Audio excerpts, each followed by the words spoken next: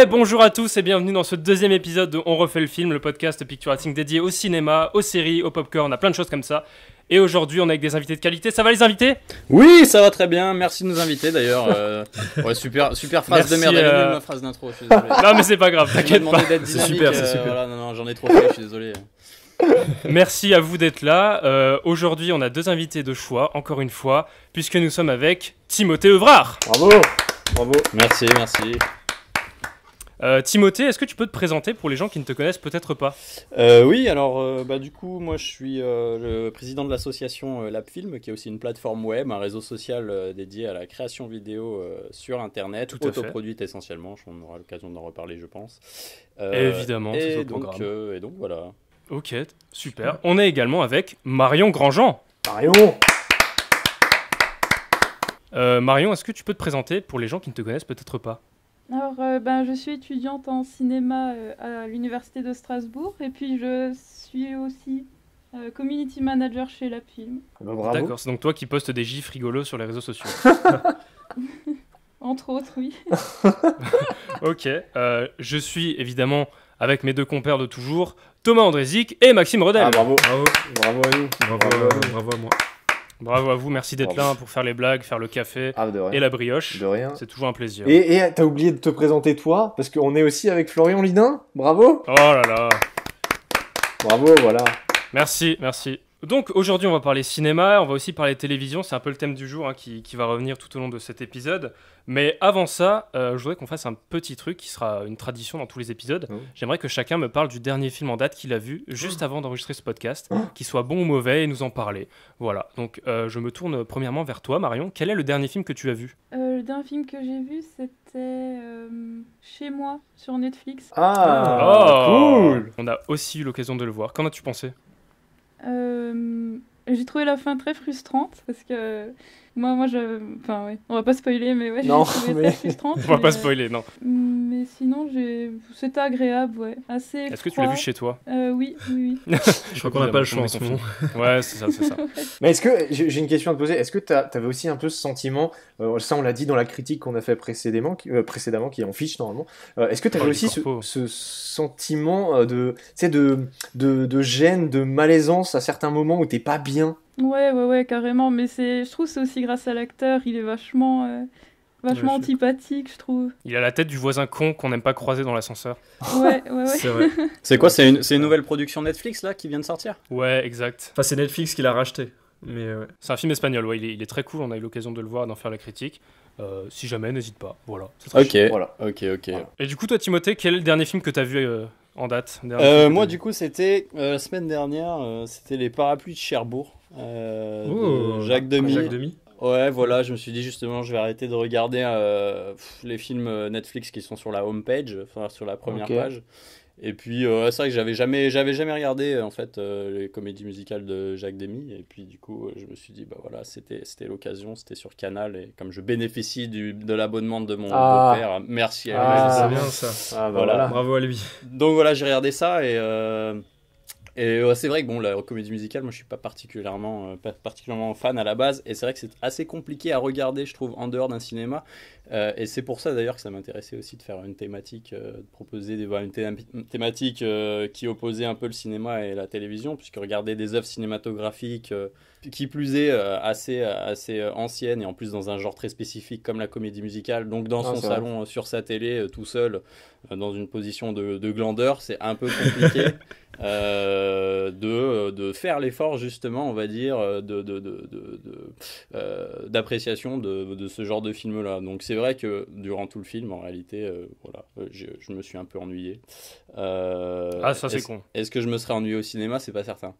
Au cinéma t'aurais dansé avec tout le monde, t'aurais chanté. Exactement. Il y aurait eu une bonne ambiance. Mais oui, tout le monde fait ça. C'est ça. Bah, moi je fais ça. Vous faites pas Ça ça, aurait été vous différent, ouais, ça aurait été différent, mais ouais, je suis content d'avoir vu quand même. Je conseille de regarder, notamment aussi pour forcément les musiques de Michel Legrand, et puis L'aspect très, très coloré aussi de ces films et des décors, des costumes, enfin tout est fait vraiment au niveau de la décoration du costume pour que visuellement, plastiquement, ça soit assez impressionnant à voir. Donc voilà, si on prend le temps d'apprécier ça, c'est vrai que c'est intéressant. Après, c'est largement moins excitant justement que de regarder une série. Ça fonctionne pas sur les mêmes ressorts, c'est moins immersif forcément et c'est pas fait pour l'être. Et c'est pour ça qu'à regarder à la maison, voilà, je trouvais ça assez compliqué, donc moi je me force à regarder ce genre d'œuvre de patrimoine, on va dire, voilà, parce que c'est de la bonne volonté culturelle, on va dire, pour la bonne cause. Voilà. Ouais, c'est ça, mais je regrette pas, puisque forcément, encore une fois, ça demande un effort, on va dire, un petit effort de départ, et puis des fois on est bien surpris. Voilà, je me suis emmerdé, mais voilà, je suis content d'avoir vu. Parce que... je me suis emmerdé, mais j'étais surpris, donc c'est bien. C'est ça. Très bonne reco. Thomas, qu'est-ce que tu as vu dernièrement? Bah écoute, hier soir j'ai vu Super 8 que je n'avais jamais vu. Voilà. Très bon film. Franchement, on sent l'univers de Spielberg et de J.J. Abrams dans le même film, parce que t'as des enfants, t'as des créatures et tout. C'était super. Et je recommande pour tous les fans de Stranger Things. Moi je recommande parce que c'est exactement ça en fait, mais en film. Ouais. Voilà. Il y a des beaux lens flares aussi dans ce film. Oh cool. putain, oui. Non, mais c'est vraiment très stylé, hein, franchement, moi je kiffe. Ouais, c'est super beau. C'est avec. Il y a les Fanning, si je dis pas de conneries. Ouais. Oui. Elle était toute jeune. Elle était toute jeune. Maxime, c'est quoi que t'as vu dernièrement?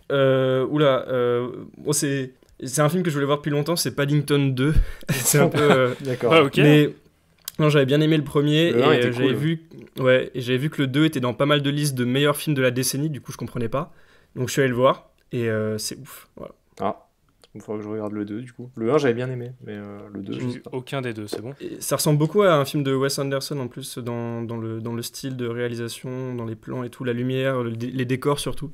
Donc franchement, je conseille Paddington 2. Ok, et c'est parti. Et toi Flo? Ça sera dans les recos. Et toi, Flo? Moi hier soir j'ai vu un film, c'est The Way Back, c'est avec Ben Affleck, qui est entraîneur de basket d'une équipe de basket d'université. Et c'est très cool, c'est une belle histoire. Belle histoire humaine sur quelqu'un qui a des problèmes d'alcool et qui essaie d'aider une communauté. C'est un peu comme donc toi. Voilà, je recommande. Tu t'identifies très bien, t'as des problèmes d'alcool et... je rigole. Ouais, j'évite d'en parler en général, mais merci, c'est gentil. Je rigole. C'est faux, évidemment. Mais oui. Ça ressemble un peu à Coach Carter en plus, ce film. Ouais, il y avait un petit côté Coach Carter, c'est vrai. Et puis Ben Affleck est très cool dans le rôle. J'imagine difficilement quelqu'un d'autre dedans. Je l'ai trouvé très convaincant. Voilà. Donc, c'était les petites recos, tout ça. T'as pas demandé à Marion Mais si, qu'on a demandé à Marion. Mais si, c'est la première. Elle a regardé chez moi. De Netflix. À la mémoire courte. Ah oui, merde, c'est vrai, mais j'ai oublié. Ouais, Maxime a rejoint en début d'émission. Ouais. Ça a dû sauter dans mon... Ouais, c'est possible. Mais du coup, toutes les recos seront dans la description si vous souhaitez retrouver les films, les bandes annonces et tout ça. On va enchaîner avec un petit jeu avant de passer au débat principal de cet épisode. Et donc, pour ce jeu, je vais vous donner un personnage de film avec son interprète et vous devrez deviner quel acteur ou actrice devait l'incarner à la base, pendant le développement, pendant l'écriture. Donc c'est des comédiens ou comédiennes qui ont refusé le rôle pour X ou Y raison et on a dû leur trouver un remplaçant qui maintenant, on imagine difficilement quelqu'un d'autre dans ce rôle. Ok. Donc chacun fait des propositions, vous pouvez gagner des points, voilà, des petits trucs sympas. Il y a un truc à gagner? Ouais, tu gagnes le panier garni. C'est bien, c'est cool. Non, c'est très cool. Premier rôle, c'est le rôle de Jake Sully dans Avatar, donc le rôle principal qui est incarné par Sam Worthington, qu'on avait vu dans Terminator Renaissance, dans Le Choc des Titans ou encore dans la série Manhunt sur Netflix. Ouais. Selon vous, qui devait jouer le rôle de Jake Sully à la base? Matt Damon. Oula. Matt Damon pour Timothée. Ça aurait été cool. Matt Damon, ouais, pourquoi pas? Pourquoi pas? Est-ce que tu dis ça parce que tu sais quelque chose ou c'est vraiment du pif? Ah non, c'est de l'intuition. Bah, c'est totalement la bonne réponse. Oh, sérieux, c'est Matt Damon? C'est totalement la bonne réponse. Putain. Ça aurait été cool. Ouais. Matt Damon, bah, du coup ça fait un point pour Timothée. Parce que j'étais préconisé pour le réaliser à la base, c'est pour ça que je te dis ça en fait. Mais d'accord, mais voilà, je comprends mieux. Du coup, pour la petite histoire, il avait déjà signé pour Jason Bourne 3. Du coup, Matt Damon a dû refuser le rôle de Jake Sully dans Avatar. Pourtant, il ne rêvait que d'une chose, c'était de tourner sous la houlette de James Cameron. Ok. Voilà, le pauvre. Je trouve qu'il avait la tête de l'emploi, enfin, c'est bizarre. C'est vrai que ça passait bien. Ouais, mais après peut-être trop connu, enfin je sais pas, peut-être je sais pas mais Puis après Jason Bourne 3 c'est un excellent film donc il a bien fait de continuer là. Il a pas eu les retombées d'Avatar donc c'est un peu dommage oui aussi pour lui sa carrière parce que maintenant Matt Damon il fait plus grand chose. Qu'est-ce qu'il a fait dernièrement? Il fait Matt Damon en fait dans les films. C'est vrai qu'il fait beaucoup de... Ah bah si, il était dans Le Mans. Oui, Oui, il a dans fait Le Le Mans. Mans. Il a fait Le Mans. Il joue Matt Damon dedans. Il joue... Ouais, c'est vrai. Ok, deuxième rôle du coup, le rôle de Rose dans Titanic par Kate Winslet, du coup qu'on a revu après dans Les Noces Rebelles, dans Eternal Sunshine of the Spotless Mind, ou plus récemment dans Wonder Wheel de Woody Allen, qui devait jouer le rôle de Rose. Je sais pas, moi j'ai en tête Nathalie Portman, un truc comme ça, mais elle était C'est peut-être pas un peu Nathalie trop Portman. jeune. On est en 97. Hein.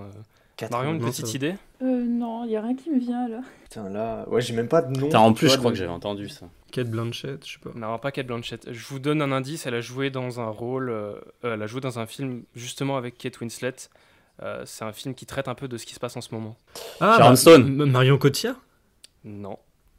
Attends, il y a eu 2 propals en même temps. C'est Ah, c'est pas Sharon Gwyneth Stone. Paltrow. C'est Ouais, Gwyneth Gwyneth Paltrow, bien Paltrow. joué Maxime. Mais oui, en Bien plus joué. à l'époque elle était vachement connue. Ah, merde. Je C'est totalement Gwyneth Paltrow qui devait jouer le rôle de Rose. Elle le refusa parce que, je cite, elle ne croit pas à l'histoire d'amour du film. Ah, d'accord. Voilà. Malgré les Ça relances de James Cameron, Gwyneth, voilà, j'appelle Gwyneth, continuera de décliner et de son côté, Kate Winslet insistera et harcèlera le réalisateur pour passer une audition. La suite, on la connaît. Oh, merde. Voilà. C'est marrant parce qu'elle a joué dans Shakespeare in Love l'année d'après, donc c'est un peu contradictoire ce qu'elle a dit. Ok, ouais, d'accord. Non, je pense, là, elle parle vraiment de l'histoire du film. Elle s'est dit, ouais, une histoire Ah, d'amour d'accord. sur un bateau qui coule, Ok. moyen. Ouais. Genre, ça va Encore pas une fois, marcher, quoi. Le Ouais, film elle va a, pas eu du, marcher. elle a eu du pif, hein, vraiment. Ah, dommage. Ouais. Imaginez une réalité alternative où Matt Damon joue dans Avatar et Gwyneth Paltrow joue dans Titanic. Oh, putain. Mais tu sais que ça serait méga Ça serait drôle. cool. Ça serait méga drôle, ouais. Troisième film, le rôle de Forrest Gump, incarné par le grand Tom Hanks. Voilà, je vais pas citer tout sa filmo, on le connaît. Qui devait jouer Forrest Gump à la base? Dustin Hoffman. C'est pas ça aurait Dustin été- Hoffman. Ouais, ça aurait pu. Schwarzenegger. Oh, putain, Schwarzenegger, ça serait ouf. Si c'est Alors ça, là, c'est- ça aurait été un total autre film. Non, mais ça aurait Ouais, été c'est ouf. sûr. Non, mais ça aurait apporté un truc différent, mais putain, abusé. Je sais pas, moi je pense à Denzel Washington peut-être. Ah, c'est pas Denzel Washington, non. C'est clairement Est-ce que- un des acteurs qui avait le vent en poupe à cette époque. Hein. Bruce Willis. Non, c'est pas Bruce Willis, mais il a joué avec lui dans Pulp Fiction. Oh, c'est. Travolta. John Travolta. C'est John Travolta, exactement. Oh. Oh, Je crois que c'est merde. Timothée qui l'a dit en premier. Oui, c'est Timothée. Ouais. Mm. Allez, C'est je le laisse à Timothée, Timothée. Allez, on l'accorde. Pour la Allez, tête du classement, Timothée. on le voit sur le ralenti, là, c'est clairement Timothée. Du coup, pour la petite histoire, ne cherchant à jouer que des rôles d'hommes forts, John Travolta refusa le rôle de Forrest Gump qui lui était proposé. Tom Hanks accepta le rôle et reçoit l'Oscar du meilleur acteur pour son interprétation. Et Travolta aurait avoué bien plus tard qu'il regrettait amèrement sa décision. Alors, on peut le comprendre, hein, le pauvre. Ouais. Mais je vois très Ouais, il a mal bien fait. Travolta dedans. Je sais Ouais. pas, genre physiquement, je trouve pas que ça colle en fait. Bah, je pense parce que maintenant, on C'est a vrai. l'image de Tom Hanks, tu sais, pas le Ouais. gringalet, mais le mec très fragile, très Oui, timide, très timide. réservé. Ce qui n'est pas Ouais. du tout le style de Travolta, parce que justement, il jouait que des hommes forts ou des hommes voilà, qui en imposent. Ouais, c'est vrai, pas c'est fou. vrai. Du coup, on est à 2 points pour Timothée, 1 point pour Maxime. Les autres, vous êtes un petit peu à la traîne. Hein. Ouais, désolé. Allez, Marion, là, on peut le faire. Il en reste Ouais. un, c'est un duo, il vaut 2 poins, du coup. Ah bon, ah Oula. Tout est encore Tout se possible. joue. Voilà. On parle du duo dans Gravity, donc Sandra Bullock et George Clooney. Voilà. Ok. À la base, le réalisateur Alfonso Cuarón voyait 2 autres personnes. À votre avis, de qui s'agit-il? Oh, Mhm. est-ce qu'il y a du Matt Damon aussi dedans? Il n'y a pas de Matt Damon, j'ai pas pris les mêmes. Ça aurait été cool. Ben, Est-ce qu'il y a du Tom Cruise? Il n'y a pas Tom Brad Cruise, Pitt. Non. non. Brad Pitt, non, il n'y a pas de Brad Pitt. Putain, ça aurait pu. Matthew McConaughey peut-être. Non plus, non, lui il était déjà dans l'espace. lui. Non, C'est pas ouais, pour lui. non, mais c'était après, mais ouais. Donc on est en 2013. Hein. Javier Bardem. Javier Bardem, pas du tout, mais ça aurait été chouette. Oh. Le mec il fait des Ça aurait fausses. collé, hein. Kate Blanchett pour Sandra Bullock. Non, c'est pas Kate Blanchett. Je vous mets Ça sur la passera un piste jour, ça passera. pour l'actrice, elle est plutôt jolie. Eva Jolie? Eva Jolie, pas mais une Thomas. C'est même pas une actrice. Angelina Jolie. Angelina Scarlett Jolie, Johansson. carrément, Eva c'est Jolie. Angelina Jolie. Ah, c'était un Ah, ça aurait été bien. Ah, Donc, merde. 1 point en plus pour Max. Et C'est il vrai reste qu'elle se toujours un ressemble point un peu. pour le comédien. DiCaprio. C'est pas DiCaprio, non. Mais on est sur des grosses têtes d'affiche hollywoodiennes. Là. Joaquin Phoenix. Non, c'est pas Joaquin Phoenix. Je vais vous donner un indice, Ah, même Michael s'il est Keaton. Non, c'est pas Keaton. Je peux vous donner un indice qui est un peu Vas-y. fort de café, mais il aime Vas-y. bien le café. Ah non, pas du tout, Oula. c'est George Ah. Clooney, je suis con. Mais non, ça c'est Ah Georges non, mais je suis Clooney, con, ça. mais oui. Le jardin du Voilà, George Clooney aurait dû jouer à George Clooney. Non, pas du tout. C'est un mec. Disons que c'est un peu le king d'Hollywood en ce moment en termes de salaire. Oh, oh. Mark Wahlberg. Mark Wahlberg. Non, c'est pas Mark Wahlberg. C'est pas Dwayne Johnson. C'est The bizarre. Rock. Ça aurait été très drôle à voir par contre. The Rock. Je sais. Bah, c'est Il un rentre des pas dans la meilleurs Pacino. en plus. Marion, t'as une petite idée? Non, honnêtement. Là, c'est dur, hein. Un mec. Un salaire, Vraiment, mec qui est riche. Le mec qui fait Thor, là, comment il s'appelle? Bah, Chris Hemsworth. Chris Hemsworth. Pas Chris Hemsworth, mais on est dans l'univers Marvel. Oh. Ah, bah de RDJ. Ouais. C'est Robert Downey Jr. Eh oui. Oh, joli. Ah bah oui, Denis. Qui l'a dit en Joli. premier là? J'ai pas pu entendre. J'ai entendu les deux en même temps. Moi, je laisse le point à Marion. Ah bah ça c'est beau. Je suis sympa. Ça c'est du beau jeu. Ça, c'est du C'est beau fair jeu. play. Donc on est donc à 2 pour Maxime, 1 pour Marion, 2 pour Timothée et 0 pour Thomas qui est... J'ai gagné du coup, c'est cool. J'ai gagné. Fallait avoir Au des golf, points. Thomas. Pour la petite explication, Alfonso Cuarón avait déjà ce duo en tête au moment de développer le film, donc Angelina Jolie et Robert Downey Jr. Malheureusement, Angelina Jolie était en tournage pour un film et s'apprêtait à réaliser son film Au pays du sang et du miel. Oui. C'est donc Sandra Bullock qui récupéra le rôle. Et pour RDJ, Cuarón estimait que le cadre technique du tournage ne laisserait pas assez de possibilités au talent du comédien. Il se tourna alors vers George Clooney pour qu'il arrête de faire du café, tout simplement. Mais il a bien fait. Raison principale, ouais, sans doute. Et du coup, voilà. Est-ce que ça vous a plu ce petit jeu? Bah oui, j'ai gagné, du coup, j'ai gagné ou pas? Non, je suis ex-aequo ou j'ai gagné? On Ah est à non, 2 égalité. ex-aequo, voilà. Et on peut pas trancher, on peut pas faire une question Si, finale parce un que là, pierre-papier-ciseaux, tu peux faire en pierre-papier-ciseaux si Ah tu oui, veux, voilà. ça marche. Attendez, putain. j'en avais un autre. Si vous le trouvez, Oh. on peut dire que c'est gagné. Du Ok. coup, c'est juste pour Maxime et pour Timothée qui sont Oh. ex-aequo. À votre avis, qui devait incarner le rôle de Philippe Abrams dans Bienvenue chez les Ch'tis, donc le rôle de Cadmerade? Ah putain, je le sais. Et là, attention, il y, a eu C'est, 3 acteurs envisagés. Donc si vous en avez un des 3, c'est gagné. Je sais pas, Jean Dujardin. C'est carrément Jean Dujardin, félicitations. Non, putain. Je crois Voilà. que je le savais, c'est pour ça. Et si jamais les Ouais, deux autres bien qui avaient joué, refusé bien le rôle, joué. c'était Daniel Maxime. Auteuil et José Garcia. Oh, Ok, Daniel Auteuil, ça aurait ok. été cool. Bah voilà. Et félicitations, pour le Maxime, coup, Jean bravo. Dujardin trouvait que l'histoire était un peu trop simple. Voilà. Pire explication possible. En tout cas, bravo Maxime. Bah, bravo. Ah, mais je dois ça avant tout à l'équipe. Hein, Forcément, ouais. Justement, Maxime, toi qui as gagné, on va passer à ta petite question. Je sais que Maxime a préparé une petite Oula. question Ouais. pour lancer un mini débat avant le thème principal. Bah, je sais pas, ce matin, je me réveillais et tout, je me suis demandé est-ce que le futur du cinéma se passe sur Internet? Voilà, Oh. c'est une question que j'avais et je propose qu'on en débatte aujourd'hui. C'est quoi? C'est genre on a 2 heures, on doit écrire un truc et on te le Vous, rend. vous avez 2 heures et vous me rendrez un papier à la fin. Super. Si vous êtes sympa. Hein. Je sais pas qui veut commencer Bah, par, si le par- futur du cinéma est confiné, c'est-à-dire que si on sort jamais de chez nous, en effet, oui, ça se Ah. passera sur Internet. Oui, là, ouais. Mais qu'est-ce qui t'a fait dire cette question? Genre Bah, je me tout- posais cette question notamment genre par rapport aux plateformes de streaming, par rapport aux youtubeurs qui se lancent dans le cinéma. Par Je rapport pense notamment aux Parasites par exemple, tu vois. Ah, totalement. Le collectif Les Parasites qui a une web-série même série sur Canal+, qui s'appelle L'Effondrement. Ouais. Et du coup, je me demande vraiment si le futur du cinéma, il est pas sur Internet, que ce soit en termes d'acteurs comme en termes de diffusion. Bah, en tout cas, c'est vrai que depuis déjà un petit moment, c'est un espace pour repérer des talents, mais de la même manière que le format court-métrage en est un à la base pour ensuite passer au long, mais le cinéma en soi, surtout en France, tu as quand même un gros pan du cinéma français qui défend l'expérience de la salle et qui va le défendre pendant c'est très, vrai, très, c'est vrai. très très longtemps encore. Donc je pense que c'est plutôt pendant un bon moment encore un outil d'émergence de talent, mais qui vont accéder à la consécration par le biais de la salle de cinéma. Et même une diffusion sur Netflix, je pense que ça suffit pas à Non, être c'est consacré sûr. comme une personnalité du C'est cinéma, vrai. sauf si tu as une critique qui se met vraiment en place et que tu as Mais- des sorties événementialisées, quoi. Ce qui est possible aussi en ligne. Hein, mais... Oui, non, c'est vrai. Mm. Mais même si on peut pas de toute façon dissocier le cinéma de l'expérience en salle, je pense que Internet, c'est vraiment, ça prend une part de plus en plus importante et on peut pas cacher le fait que le streaming, ça prend une place de plus en plus importante. Donc, il y a forcément un petit côté Internet dans le cinéma. Après, est-ce que c'est vraiment l'avenir au sens où tout se passera sur Internet? Je pense pas.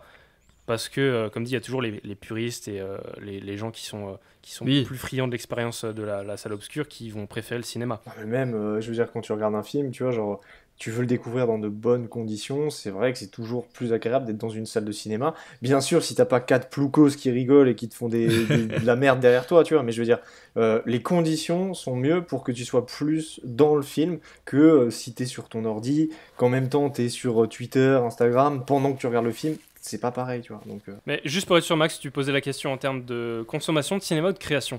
Bah justement, c'était les deux. C'était vraiment, est-ce que D'accord. est-ce qu'Internet va avoir un impact assez fort sur le cinéma du futur, quoi. ça oui. Timothée, C'est tout tu pour l'as- moi, merci. Non, mais Timothée, tu l'as bien dit, tu parlais des acteurs aussi.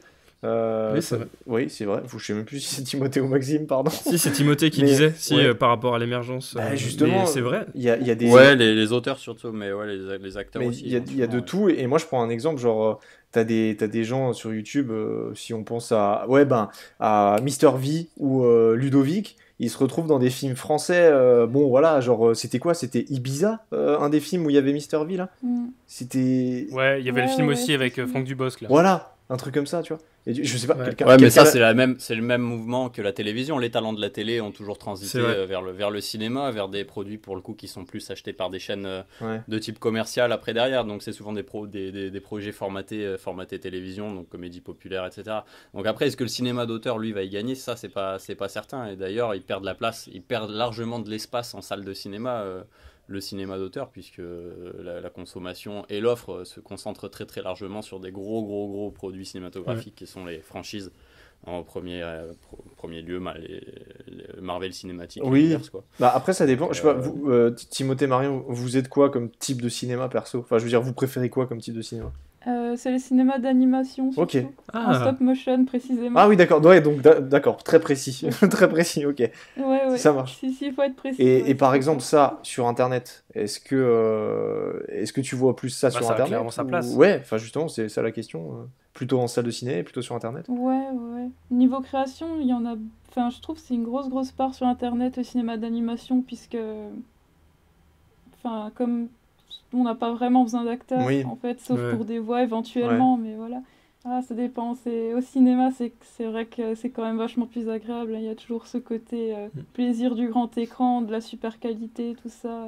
Mais bon, sur Internet, on trouve des vraies pépites, peut-être, qui peuvent révolutionner. Enfin, c'est un grand mot, mais qui sont vachement originales, en tout cas. Ah ouais, je suis d'accord avec toi pour le côté création. Si on parle de films d'animation, je pense qu'Internet a vraiment un rôle important, parce que c'est ce genre de film, les films d'animation, c'est des trucs qu'on peut faire chez soi à partir du moment où on a un minimum de connaissances et de moyens techniques. Je veux dire, il n'y a pas besoin de 50 équipes techniques, de plein d'acteurs. C'est un truc que tu peux faire assez facilement. Mais donc, après, c'est très compliqué, mais... Oui, non, mais c'est pour ça que je dis qu'il faut avoir les connaissances et un petit peu d'équipement. Je veux dire, tu fais pas ça sur ton MacBook Air, voilà. Bah, justement, je me permets de rebondir sur ce que tu disais, Marion, est-ce que toi tu disais Flo? J'ai un exemple qui vient en tête, je sais pas si vous avez vu, mais il y a des frères qui ont recréé Toy Story 3 en stop motion. Je sais pas si vous l'avez vu. Ça leur a pris 8 ans. Ça leur a pris, je crois, 8 ans de leur vie pour faire ça. Et j'ai regardé, je crois, le premier quart d'heure. Et... Ils ont fait 40 vues. Non, mais ça a fait des millions de vues. Je crois que ça fait des millions de vues sur YouTube. Ouais. Mais en fait, je pensais vraiment que ça serait pas ouf. Et en fait, je l'ai lancé. J'ai fait, mais c'est des ouf. Ils ont recréé ça dans la vraie vie, en stop motion. Franchement, balèze. Hein. Et quand tu comprends qu'ils ont mis 8 ans à le faire, tu te dis, ah ouais, quand même. Ouais, après, je pense aussi qu'Internet, c'est plus une étape pour les gens qui veulent se faire une place, que ce soit dans la télévision ou au cinéma. On connaît peu de noms qui se sont dit, ok, j'ai ma place sur Internet, je veux y rester. Souvent, c'est pour devenir connu sur le milieu de l'humour, faire de la scène, aller au cinéma ou faire de la télévision. Ouais, c'est pas fou. C'est vrai que de toute façon, le cinéma, ça reste toujours le cadre de référence de base, et puis le Graal, on va dire, quoi, que visent à peu près tous ceux qui tentent de s'aventurer dans la création à la base audiovisuelle, mais c'est toujours dans une visée, au bout du compte, qui est cinématographique, puisque ça reste vraiment le modèle poursuivi dans la plupart des cas, quoi. C'est un peu le but final. C'est un peu le genre. Ouais, c'est ça. Voilà, genre, tu te dis, le but final, tu fais ton film qui est diffusé en cinéma. Waouh, qu'est-ce que tu veux de plus pour le moment, à l'heure actuelle? Je sais pas, tu vois. Bah, sur le plan symbolique, c'est ce qu'il y a de plus élevé, on dirait, en termes de légitimité, en fait. Hein, c'est simplement ça, quoi. Parce qu'il y a toute une histoire derrière qui est artistique et qui n'est pas du tout l'histoire de la télévision, qui n'est pas du tout l'histoire du web non plus, qui lui est plus sur l'aspect participatif, justement. La télévision est plus sur l'aspect forcément maintenant commercial, de ouf. très largement, mais aussi sur celui du flux, en fait. C'est pas la même chose, quoi. T'as le programme du film, quelque chose qui est censé se consommer, on va dire, enfin se consommer, voilà, se regarder, même se visionner de la même manière, par exemple, en 1950 qu'en 2010, alors qu'un programme de télévision, bah, ça périme par définition, quoi. C'est vrai. Donc, c'est vrai que quand on veut marquer son temps, on va dire, artistiquement, on vise pas l'audiovisuel. Et d'ailleurs, dire je fais de l'audiovisuel, dire je fais de la télé, ça reste pas très très valorisant aujourd'hui, même si les séries justement sont en train de changer un petit peu aussi ce rapport-là, et qu'il y a une vraie création proprement audiovisuelle, je pense, qui se met en place et qui acquiert ses lettres de noblesse aussi d'une certaine façon, quoi. Ouais, c'est pas faux. Et aussi en création interactive et tout, quoi, en nouveaux médias surtout, ça c'est aussi d'autres formes, la réalité virtuelle, tout ça. Maxime, est-ce qu'on a répondu à ta question? Ou est-ce qu'on t'a foutu encore plus de non, justement, parce que là il y a une réponse un peu ouverte, donc ça fait plaisir, ça prouve que cette question restera en suspens jusqu'à ce qu'on ait des réponses concrètes de l'application. Ça fait parfaitement le lien avec le sujet principal, qui est... je cite, le confort télévisuel contre l'effort cinématographique. Est-ce que du coup pour vous, la télévision est un ennemi du cinéma, ou est-ce qu'au contraire, ce sont deux médias qui doivent évoluer main dans la main? Voilà. Quels sont vos avis là-dessus? Le débat est ouvert, vous avez 4 heures. C'est plus que l'autre, ça va. Ouais, bah oui, attends. De toute façon, ils évoluent main dans la main sur un plan institutionnel et on va dire juridique, quoi. D'ailleurs, la loi audiovisuelle qui est en train qui va bientôt être votée, qui est encore reportée d'ailleurs le vote, est en train va déterminer les rapports qu'entretiennent le cinéma et la télévision. Mais en tout cas depuis les années 80, la télévision finance très très largement le cinéma. C'est vraiment depuis de la télévision provient l'essentiel de l'argent du cinéma, donc aujourd'hui elle est indispensable dans tous les cas à la vie du cinéma. Enfin, ça c'est un système français qui est très, très ingénieux et très contributif et très, très de gauche en fait, hein, donc voilà, c'est clair que les deux de toute façon vivent aujourd'hui ensemble, et le cinéma ne peut pas vivre sans la télé. Et la télé pourrait vivre sans le cinéma, par contre, ça c'est vrai. Enfin, ça, c'est vrai. Ce qui n'était pas le cas dans les années 80 ni au début, puisque la télé, en fait, c'est pour ça qu'il y a eu ces règles qui ont été mises en place, c'est que la télé utilisait les œuvres cinématographiques, enfin voilà, les acheter et les diffuser, et puis en fait les salles se vidaient après, surtout dans les années 90, il n'y avait plus personne, et du coup voilà, en fait il y a un système qui a été fait pour compenser le fait que la télé tire parti du cinéma pour gagner beaucoup d'argent, beaucoup d'audience. Mais aujourd'hui, le film est beaucoup moins important en fait dans les programmes des télés, puisqu'il y a les séries, il y a la télé-réalité, il y a le sport. Et donc le cinéma, ça vaut plus grand-chose finalement pour la télévision, excepté les blockbusters. Il y a un truc qui est intéressant sur ce que tu dis, c'est avec le CSA, c'est ça? C'est avec les lois là, où tu sais, il y a un truc qui est en train de La chronologie des médias? Ouais, voilà, c'est ça, pardon, je cherchais.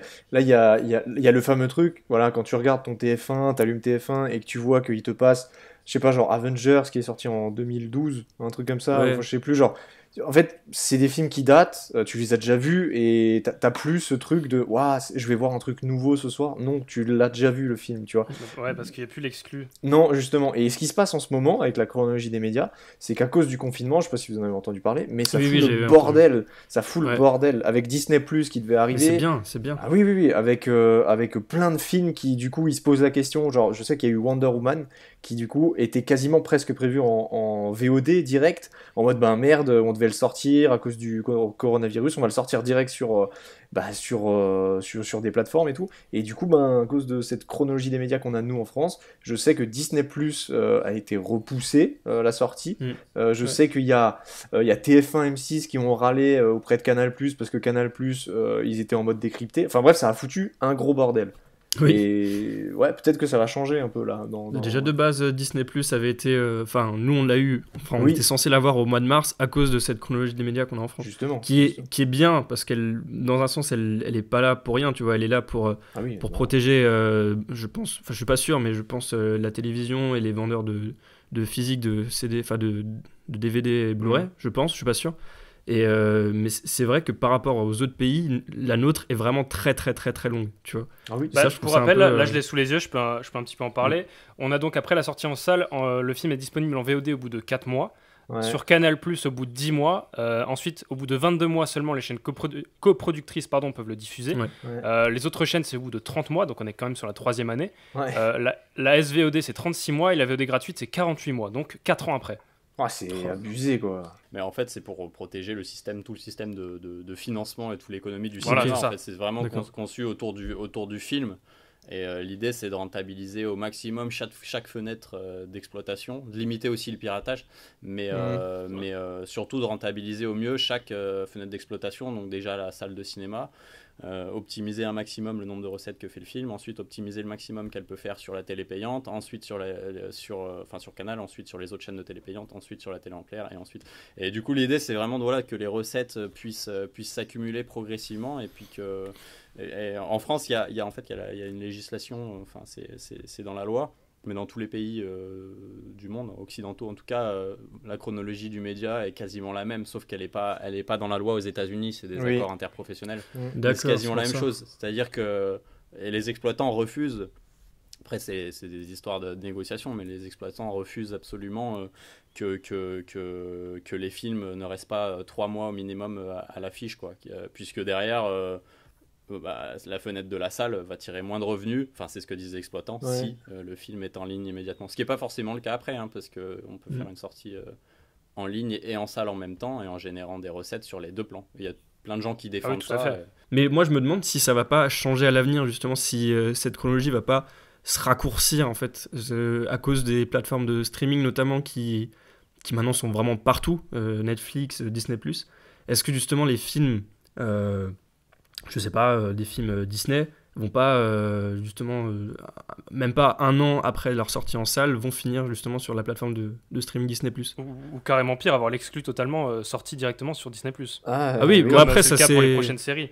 Oui, ça comme les Netflix originales par exemple, tu vois. C'est ça. Oui.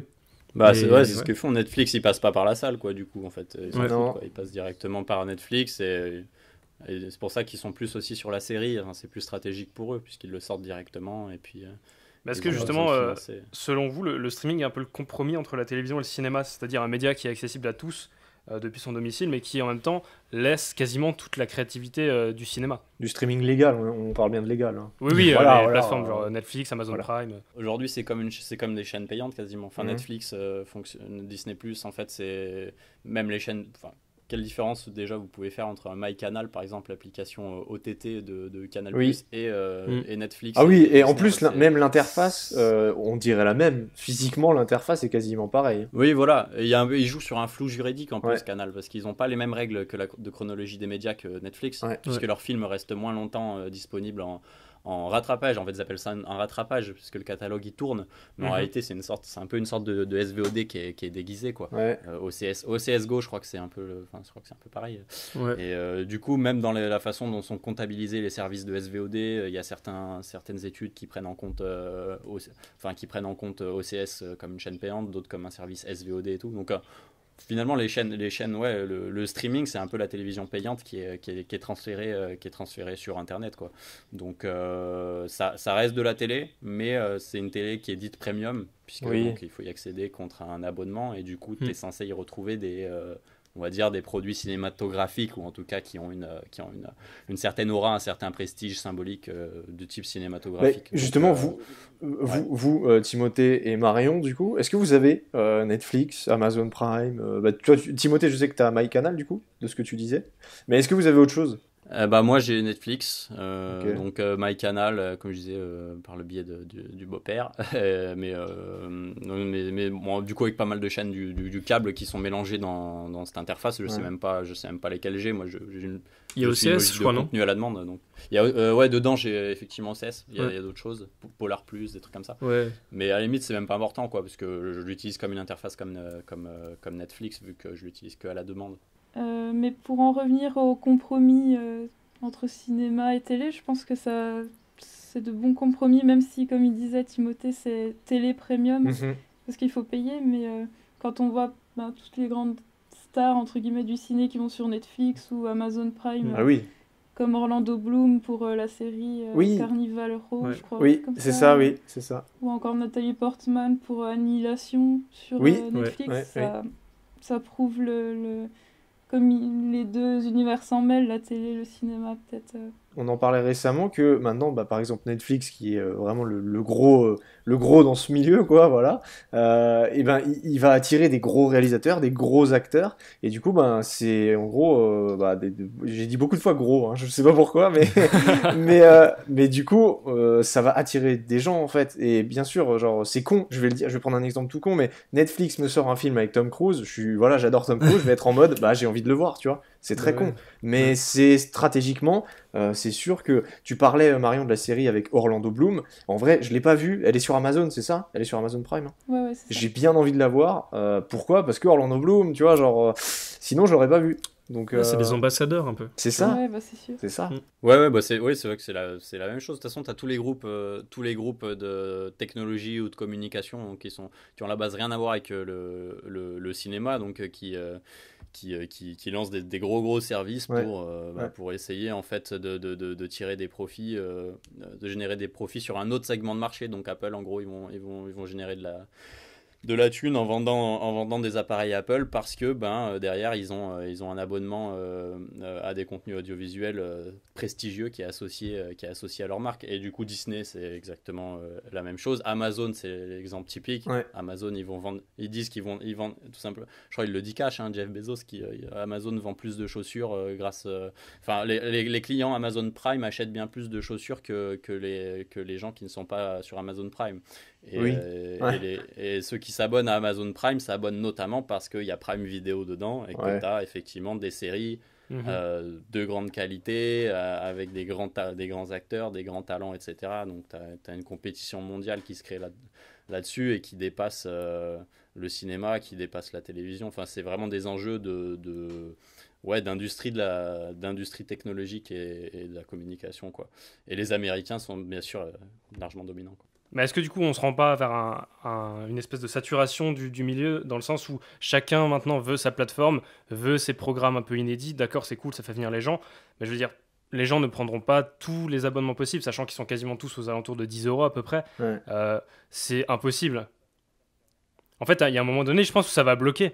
Et donc là, il va falloir redoubler d'efforts, de créativité pour se démarquer des autres. Et pas juste dire, on a cette série en plus, ça suffira plus pour convaincre les gens. Oui, je pense à Amazon Prime aussi, là, qui, quand on le prend, on a aussi le Twitch Prime avec.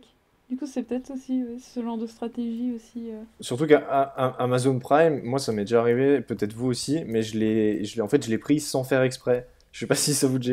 Genre, tu passes une commande et en fait, avant de valider ta commande, ils te disent un truc du style, clique dessus pour avoir la livraison gratuite, et en tout petit en dessous il y a écrit tu souscris à Amazon Prime, un truc comme ça, et du coup bref, moi j'ai vite fait cliquer dessus comme ça, et au final pouf, tu te retrouves activé dans ton programme, et t'es en mode oh merde, alors c'est cool parce que j'ai pu regarder 2-3 trucs, mais après j'ai pas envie de payer tous les mois, quoi. T'as un mois gratuit. Non, mais c'est vrai que c'est bien que tu soulignes ça, parce que souvent les gens ne sont même pas au courant qu'ils sont abonnés à Amazon Prime. Tu dis ok, j'ai la livraison gratuite, mais tu sais pas que t'as accès du coup à la plateforme VOD. Ils le font bien savoir des fois en plus dans les pubs. Des fois ils t'envoient une petite carte en mode même par courrier, on te dit regardez, vous êtes abonné, n'hésitez pas à aller voir notre catalogue et tout. Donc voilà. Mais je vais nuancer sur le propos, parce que là du coup c'est vrai qu'on pourrait comprendre que c'est négatif ce qu'on dit sur certains points, mais il y a un côté plutôt positif dans tout ça, c'est que grâce à ces plateformes on peut découvrir des choses qu'on ne serait pas allé découvrir au cinéma.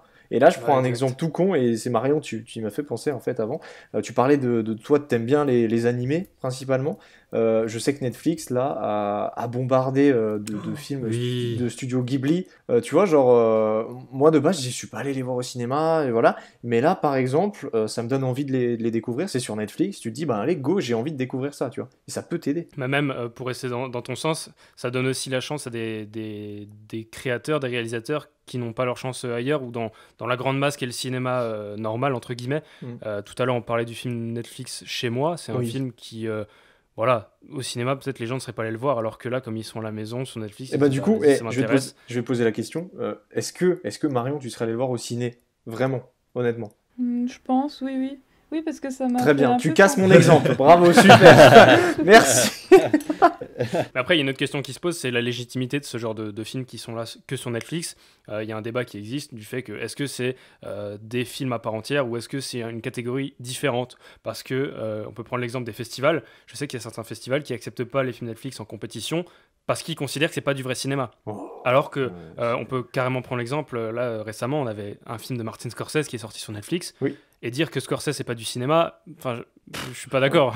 Surtout que lui avait très bien dit que Marvel c'était pas du cinéma, donc enfin il l'avait pas dit directement comme ça, mais tu vois c'est assez intéressant quand même. Ouais, c'est que personne d'autre voulait financer Scorsese. Bon, en même temps, il y avait quand même un budget assez hallucinant par rapport à ce qui est faisable ici pour faire des films, quoi, 150 millions, un truc comme ça. Mais ouais, mais du coup, tu vois quand même que tu as des mecs comme Scorsese maintenant qui ont du mal à monter leurs films parce que justement en salle, ils sont plus rentables. Du coup, tu as en même temps qui va le financer. Mais The Irishman en salle, honnêtement, je sais pas s'il aurait super bien marché, non. Déjà, il était super long. Il était super long. Ça m'étonnerait qu'il y aurait eu cette version. Je pense que les fans de la première heure de Scorsese qui seraient là. Ça, c'est sûr, tu vois. Après, les curieux, mais comme dit, oui, ça aurait pas fait un succès. Non, mais moi je pense surtout que le film, il aurait été cuté. Hein. Il serait pas sorti aussi long au cinéma. Ça, c'est sûr, je suis d'accord. Et du coup, t'aurais perdu en qualité de ouf. Hein. Ouais, là, je suis d'accord. Ouais, après, ça dépend des conditions. Mais c'est vrai que tu as beaucoup de gens qui disent que Netflix laisse une totale liberté à partir du moment où ils ont validé le projet, quoi. Ouais. Mais exemple tout bête de choses qui sont apportées par Netflix qu'on n'aurait pas au cinéma, c'est les films interactifs. On peut parler de Bandersnatch de Black Mirror. Ça, c'est des trucs qui sont propres au streaming et qu'on peut faire que à la maison. Tu peux pas faire ça dans une salle de cinéma avec 300 personnes. Ce serait pitoyable.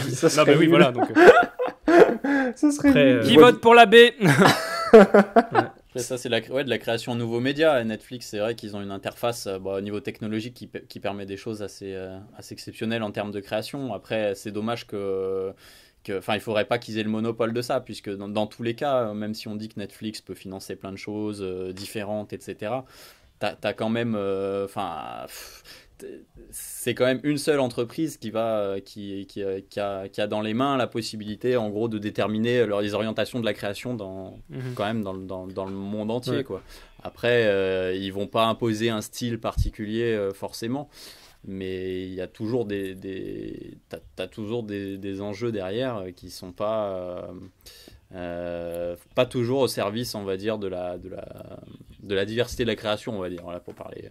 Parce que la diversité, c'est plutôt un enjeu de service public et tout ça. Et sur Netflix, comment t'arrives parce que tu parlais de programmes qu'on peut découvrir des choses assez facilement, il y a des choses qu'on n'aurait pas vues avant, mais en même temps, t'as l'algorithme qui va répondre exactement à tes attentes, toi, individuelles. Ouais, ça aussi. T'auras pas forcément ce truc-là du hasard où tu vas rencontrer un truc que t'aurais pas découvert autrement. Et ça, c'est le rôle du service public à la télé, par exemple. Enfin, ça devrait l'être en tout cas, je pense. C'est de te faire découvrir des choses aux gens qu'ils n'auraient pas découvert par eux-mêmes. Et Netflix la télévision même commerciale en règle générale, le principe c'est de répondre à la demande. Donc voilà, si tu réponds à une demande, en soi, tu vas pas réinventer l'eau chaude, quoi. Tu vas pas faire preuve d'un truc totalement innovant ou totalement subversif, puisque l'idée c'est que tu répondes finalement à des désirs que tu as déjà identifiés, etc. Ouais, c'est pas faux. Donc voilà, c'était un petit peu la limite en termes d'innovation, et même les séries qui cartonnent sur Netflix, ça reste des trucs qui sont quand même pas tous, hein, mais il y a des trucs vraiment énormes. Moi j'ai Netflix, hein, j'aime bien, mais t'as des trucs très formatés, quoi, sur un style américain quand même. Enfin, moi je pense qu'il y a quand même une esthétique clairement américaine, quoi. La Casa de Papel, c'est espagnol, mais c'est une série américaine esthétiquement quand même. Ouais, c'est vrai. Je veux dire, c'est très calibré. Voilà, c'est de la... Est-ce que tu as vu la série Dark, par exemple, série allemande? Ouais, j'ai vu. Ouais, j'avais pas vu en entier. J'ai vu une partie, j'ai bien aimé. Puis finalement, ok, bah tu vois, c'est un peu ça aussi cet effet. Tu dis c'est une série allemande, mais ça a cet esthétisme très américain, très blockbuster. Ouais, ça a tous les codes. Voilà, c'est ça. Bah après, de toute façon, t'as un peu une normalisation, forcément, une homogénéisation. Enfin, c'est pas forcément négatif, mais les codes des séries télé sont un petit peu identiques dans le monde entier, et en même temps sont très spécifiques à des régions particulières. Enfin, c'est ce qu'ils appellent la logique locale, quoi. C'est-à-dire que tu as un contenu très local dans l'histoire, dans l'histoire qui est racontée, dans les personnages, dans l'incarnation et dans la langue, genre les contenus nordiques, les œuvres genre The Bridge et les trucs comme ça, les séries que moi j'aime beaucoup, mais qui après peuvent circuler partout parce que justement t'as une esthétique, on va dire, qui est assez cosmopolite en fait, et c'est ça. Toutes les séries qui cartonnent dans le monde, c'est... Non, mais je sais pas, mais moi il y a un truc que je trouve intéressant avec les séries, c'est que on en parlait, elles essayent tous de se ressembler, mais elles essaient aussi... Enfin, j'ai l'impression aussi que le cinéma essaie de ressembler aux séries. Je pense surtout au MCU, par exemple, qui est en quelque sorte une grande série de plus de 10 ans. Et il y a par exemple aussi... là, va y avoir les nouveaux Avatars qui vont sortir. Il y en a quand même 4 qui vont suivre. Et c'est un peu la gueule d'une série quand on nous le vend comme ça, tu vois.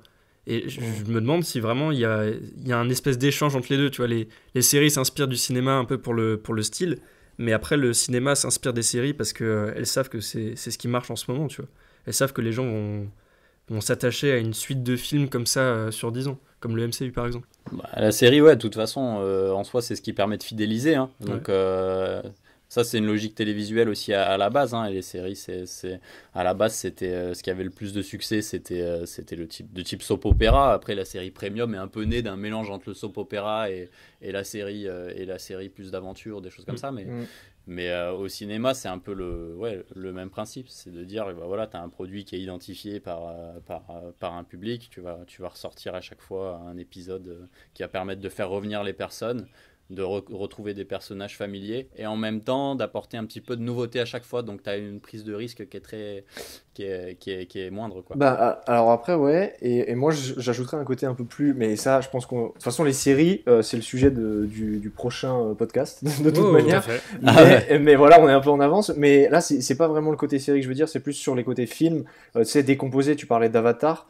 Décomposé en beaucoup pas d'épisodes, mais de films, du 2, 3, 4, 5. Ouais, moi, je dirais que c'est aussi au niveau parfois, au niveau scénaristique et au niveau de l'histoire que tu as envie de raconter, parfois, tu peux te retrouver limité à te dire, merde, un film d'1h30, ça suffit plus à l'histoire que je veux raconter, et il me faut beaucoup plus de temps. Et peut-être que, tu vois, genre un Avatar 2, 3, 4, 5, ça sera peut-être plus impactant parce que tu as une histoire énorme que Avatar 2, et ça se termine à la fin du 2, et en 2 heures, t'as clé quelque chose, tu vois. Donc, voilà. Non, mais je pense qu'il y a aussi une volonté de marquer l'histoire en s'imposant comme une saga à part entière qui a marqué son époque. Bon, Avatar l'a fait déjà en un film, mais c'était déjà ouf. Ah oui, parce qu'il y avait l'histoire, il y avait la technologie, mais je veux dire, des sagas comme Star Wars, comme James Bond, ou là, plus récemment, le MCU, c'est des sagas qui sont vraiment ancrées dans leur époque et qui ont marqué. Donc, ils sont obligés de le faire sur des sagas. Le Seigneur des Anneaux, c'était pareil. Ou même Harry Potter. Après, il y a d'autres films qui peuvent marquer très bien en un seul film. En one shot. Avatar l'a fait. Et, bon, là, l'a décliné en saga. Mais je veux dire, un film comme le Joker, ou je pense 1917, peut-être sur le long terme. Parasite. C'est des films qui ont marqué. Parasite, voilà, exemple parfait. C'est des films qui ont marqué en étant indépendants. Et c'est des one shots. Et c'est toujours pareil, l'idée c'est de pouvoir créer des univers fictionnels, en fait, une sorte d'univers multimédiatique. C'est qui te permettent ensuite, pareil, de monétiser au taquet, quoi. C'est-à-dire qu'un film unitaire, Parasite, derrière, tu vas pas pouvoir en tirer autant de produits dérivés qu'un Avengers. Oui, c'est pas faux. T'imagines Harry Potter. T'imagines des figurines, monsieur... comment il s'appelle dans Parasite ? Monsieur Park. Monsieur Park. Oui, Monsieur Kim, des petites figurines Monsieur Kim et tout, genre... Oh, putain, ouais, mais du coup, ça pose un souci, parce que c'est plus une idée de film, c'est juste un projet de franchise. Ben, c'est ça, mais Disney, Marvel, c'est exactement ça. Le but, c'est de créer un univers complet, multiplateforme, un univers complètement fictionnel que tu peux décliner dans tes produits dérivés, dans tes parcs d'attractions, dans tes croisières. Et puis sur Disney+, ça te permet d'entretenir justement la familiarité. Donc Disney, sur un plan marketing, c'est assez génial leur truc. Donc, eux, ils ont une sorte de monopole, pas un monopole, mais ils ont une part de marché sur l'imaginaire international qui est hallucinante. On se rend pas compte, enfin, c'est un truc de fou. Et du coup, par rapport à ça, je veux dire, clairement, c'est pas grave, c'est comme ça, mais l'imaginaire français, il est battu, mais de très très loin. C'est sûr, en fait c'est impossible de rivaliser, quoi. Enfin, je veux dire, c'est dur. Il y a un danger aussi qui peut subsister là, et c'est ce que tu disais. Je rebondis juste sur Parasite, on donnait l'exemple. C'est un film, tu sais, du coup, qui n'a pas de perspective de franchise, de n'importe quoi. C'est un film, un one shot, boum, il explose. Et il explose tellement que du coup ça intéresse les studios américains, ça va intéresser les grandes plateformes comme Netflix, voilà. Et du coup, bon, là je sais même plus si c'est en cours ou si c'est confirmé ou quoi. La série Parasite ? L'espèce de mini-série Parasite, version américaine. Et ça, personnellement, ça je trouve que c'est pas une bonne idée de base, mais on le sent que c'est pour importer des nouvelles idées, voilà, aux États-Unis, un nouveau public. Pour tirer le truc en longueur et profiter de la vague de succès qu'offre le film. Surtout que, franchement, une version américaine de ça, c'est comme la version américaine de Intouchable, quoi. Qui a envie de la voir ? Je l'ai vue, elle est pas ouf. Ah bah voilà, tu vois. Ouais, c'est clair. mais après, tout dépend de l'application qui en est faite. Hein. Mais ils veulent aussi adapter Snowpiercer. Enfin, ça, c'est déjà fini et tout, ça va bientôt sortir, donc c'est assez... Ah ouais. Je sais plus si c'est HBO. Snowpiercer, il est en anglais, non ? Ah oui, c'est avec... Enfin, Snowpiercer, de base, il y a des acteurs américains, et je crois que même c'est produit en partie avec des Américains. Mais là, du coup, c'est 100% américain. Il y a Jennifer Connelly qui joue dedans et Jason Momoa. Du coup, c'est assez... Non, c'est pas Jason Momoa qui joue dedans, c'est un autre mec. Je sais plus comment il s'appelle.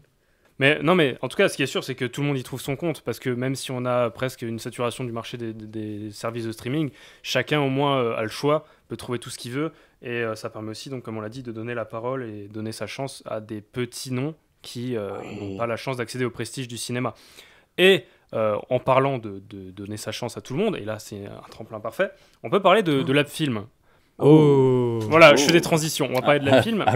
Aussi. Parce que quand même, je pense qu'on a la chance d'avoir Timothée et Marion qui sont là pour en parler. C'est vrai.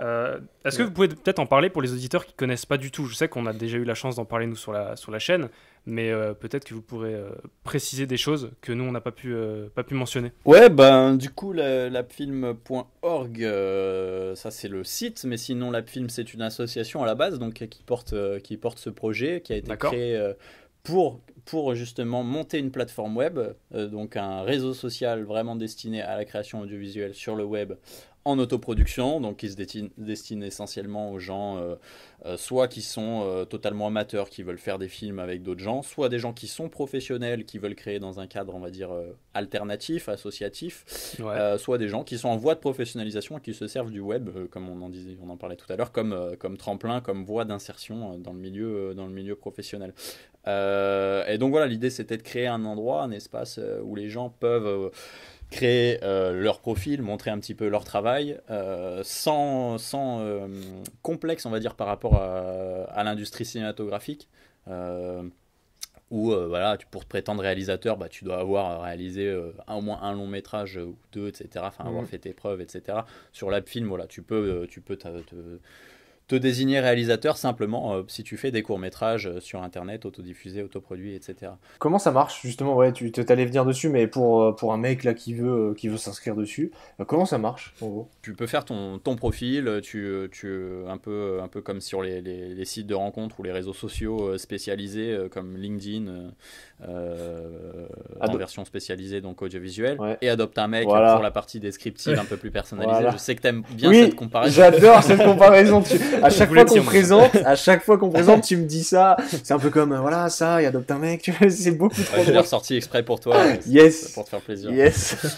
mais c'est ça, voilà. En gros, il y a cet aspect, c'est comme je disais tout à l'heure, qui est pas forcément normalisé, comme peuvent l'être, on va dire, les expériences professionnelles que tu dois décrire dans la base TAF, qui est la base des techniciens audiovisuels, qui est en train de changer. Oui, c'est en train de changer. On va dire quasiment plus. Voilà, ça change. Mais encore une fois, voilà, l'AppFilm, c'est plus, on va dire, plus direct, plus transparent, plus participatif et plus ouvert, on va dire, globalement. Et du coup, les gens auto-évaluent leur propre niveau d'expérience, en fait, ça fonctionne comme ça. Et ça fonctionne en fait assez bien, c'est-à-dire que quelqu'un qui est totalement débutant va jamais se mettre au niveau expert, puisque tout de suite, finalement, quand il va rencontrer d'autres gens, il va voir que bon, il va passer pour un con, quoi, niveau 4 alors qu'il est débutant.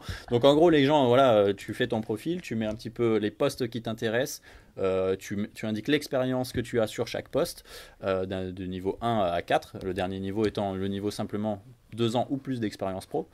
Ensuite, à partir de là, tu peux chercher d'autres personnes, soit pour participer à leur projet de film, soit pour créer ton propre projet de film et trouver des collaborateurs. L'idée, c'est vraiment de faciliter le montage de projets, le fait de montrer ses propres films, d'exposer ses compétences personnelles.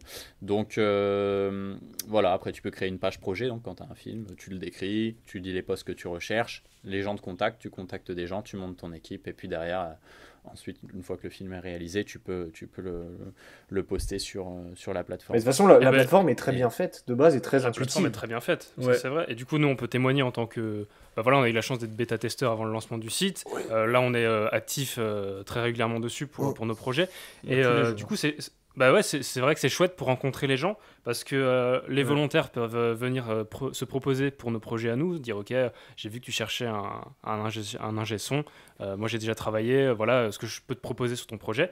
Et à l'inverse, nous aussi on peut se proposer sur ceux des autres. Donc il y a un vrai échange qui se met en place, et c'est vraiment cool, ça marche très bien. Et c'était un peu l'idée que vous vouliez mettre en place dès le début, c'est ça, c'est de fédérer un petit peu tous les gens qui font des choses de leur côté. L'idée, c'était vraiment de faciliter l'acquisition d'expérience, le développement du réseau, et puis donner un espace en fait où on peut montrer ces films-là, qui sont des films souvent, pas tout le temps, mais souvent transitoire, on va dire. C'est-à-dire que tu fais ce film-là pour pouvoir le montrer aux bonnes personnes qui vont ensuite te donner d'autres opportunités pour faire d'autres projets, se professionnaliser, etc. Ou alors simplement, des films qui sont, encore une fois, du court-métrage, si tu le balances sur YouTube et que tu n'as pas une chaîne que tu entretiens régulièrement, ton court-métrage sera jamais vu. Donc là, l'idée, c'était aussi d'avoir un espace où tu dis, la création, on va dire, d'œuvres singulières, unitaires sur Internet peut avoir aussi un espace où tu as une communauté, tu sais que c'est une communauté de gens qui sont passionnés de création audiovisuelle aussi, qui vont regarder tes films, qui vont éventuellement te faire des retours et qui vont possiblement te donner des opportunités pour en faire d'autres pour en faire aussi éventuellement des rémunérés. Donc voilà, l'idée c'était vraiment de créer cet espace-là d'entraide, de visibilité, d'acquisition d'expérience et de l'améliorer. Mais là, voilà, on est justement, pour moi, on est au début. Quoi. Justement, très bon enchaînement. Là, Timothée, Marion, on est entre nous, personne nous écoute. Est-ce qu'il y a moyen peut-être de teaser un peu la suite de la film? Est-ce qu'il y a des trucs qui sont en préparation, des trucs qui vont arriver? Est-ce que vous avez des petits trucs comme ça qu'on peut dropper là, des trucs que vous avez le droit de dire, bien sûr? Ouais, oui, il y a des trucs en préparation depuis longtemps, qui le sont encore. La version qui a été lancée en octobre, c'est donc la version de départ. Finalement, on disait que le bêta test était avant, mais on peut aussi considérer qu'on est toujours en bêta test finalement, puisque là, pour moi, on est à 20%, on va dire, du projet initial, en termes techniques et en termes d'interface.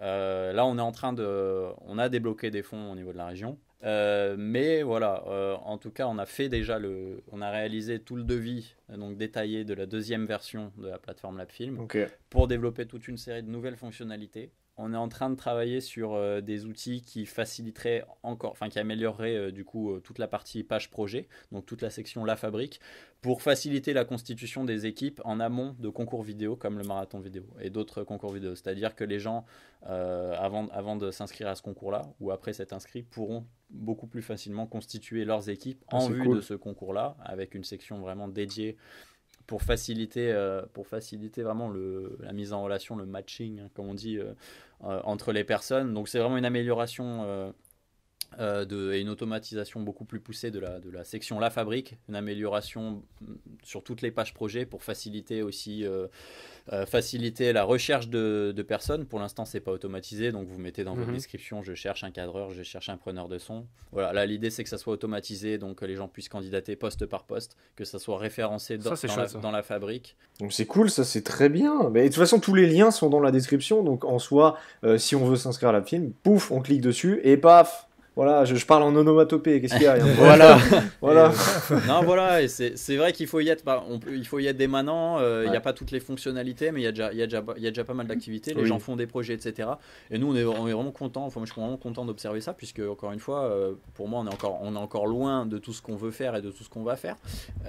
Donc, la communauté est déjà active, mais ça va être de mieux en mieux. Donc, voilà, il faut continuer à se connecter, à faire des projets, à actualiser son profil, et nous, on fait du mieux qu'on peut pour mettre le plus rapidement possible en place ces fonctionnalités-là. On arrive du coup tout doucement vers la fin de cet épisode. Juste avant de terminer, je voudrais voir avec vous les invités quelles sont les petites recommandations culturelles que vous pourriez faire pour nos auditeurs, des petits trucs que vous avez découverts récemment, que vous aimeriez partager avec nous. Ça peut être n'importe quoi, hein. Ça peut être un film, une série, un bouquin, une musique, un tableau, un photographe que vous avez découvert. Marion?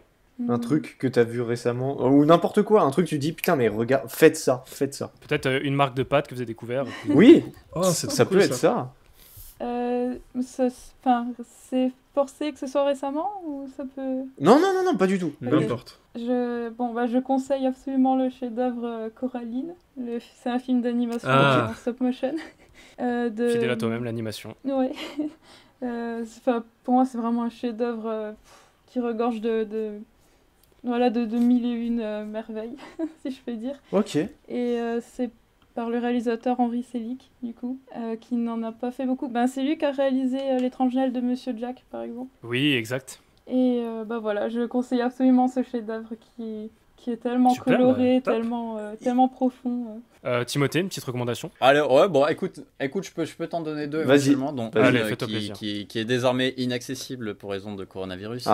Du coup, moi, ça serait, pour commencer, on va faire assez simple, c'est l'exposition Edward Hopper qui avait normalement encore en ce moment, je crois qu'il vient de finir officiellement, qui était à Bâle, à la Fondation Bayeler. Ouais. Et c'est le peintre américain, du coup, Edward Hopper, et qui est au sein de cette expo, tu as aussi une séance en cinéma 3D d'un court-métrage de Wim Wenders. Mais voilà, désolé, c'est fini. Et puis en plus, c'est coronavirus. Vous ne pouvez pas y aller. Bon, bah, cool. C'est bien, parce que toi, tu fais des recos genre, alors moi j'aime ça, mais vous ne pourrez pas le voir. Non, mais il y en a d'autres. Après, voilà, le Wim Wenders sera sûrement accessible ailleurs, je sais pas. Le Hopper, tu as des toiles qui existent, voilà, tu peux voir aussi sur internet évidemment. J'espère que cette petite émission vous a plu, j'espère que vous avez passé un bon moment. Ah ouais, carrément. C'est déjà fini? C'est pas souvent. Timothée, Marion, où est-ce qu'on peut vous retrouver, votre actualité, vos réseaux sociaux? Sur la film. Mais individuel, tu veux dire? Ouais, même individuel. C'est égal. C'est si on veut vous pécho, comment on fait? Moi c'est Facebook en tout cas. Ah d'accord. J'ai un Twitter pour espionner. Instagram, j'y vais pas. Snapchat, mais j'y vais pas. Ça c'est l'inverse de la promo, hein, Timothée. Là tu es vraiment là où vous te retrouvez. Envoyez-moi un email. Un email, c'est parfait. Non, j'imagine qu'il y a la page Facebook de la film pour les actualités sur la page. Bien sûr. Ouais. C'est profil la film. Ouais, la film. Ils sont corpos jusqu'au bout, c'est incroyable. Facebook, Instagram. Ok, voilà. Merci à Thomas et Max aussi d'avoir co-présenté cette émission avec moi. Merci à toi, Florian, bravo. Moi, merci pour l'invitation. Hein. Et merci à vous. Merci avec plaisir, vous revenez quand vous voulez, vraiment. Ça met un petit peu de joie dans cette période. C'est pas faux. Ça, on essaye comme on peut. C'est pas faux. En tout cas, vous qui écoutez ce podcast, merci de l'avoir écouté jusqu'au bout. Vous êtes des champions. N'oubliez pas de vous abonner à la chaîne YouTube ou sur SoundCloud, selon l'endroit où vous nous écoutez. Nous, on se retrouve dimanche prochain pour un nouveau podcast. Ça sera sur les séries. Voilà, on a 2 invités de qualité qui parleront séries. Et mercredi sur YouTube pour une nouvelle vidéo. Voilà. En attendant, nous, on repart pour de nouvelles aventures. Ciao.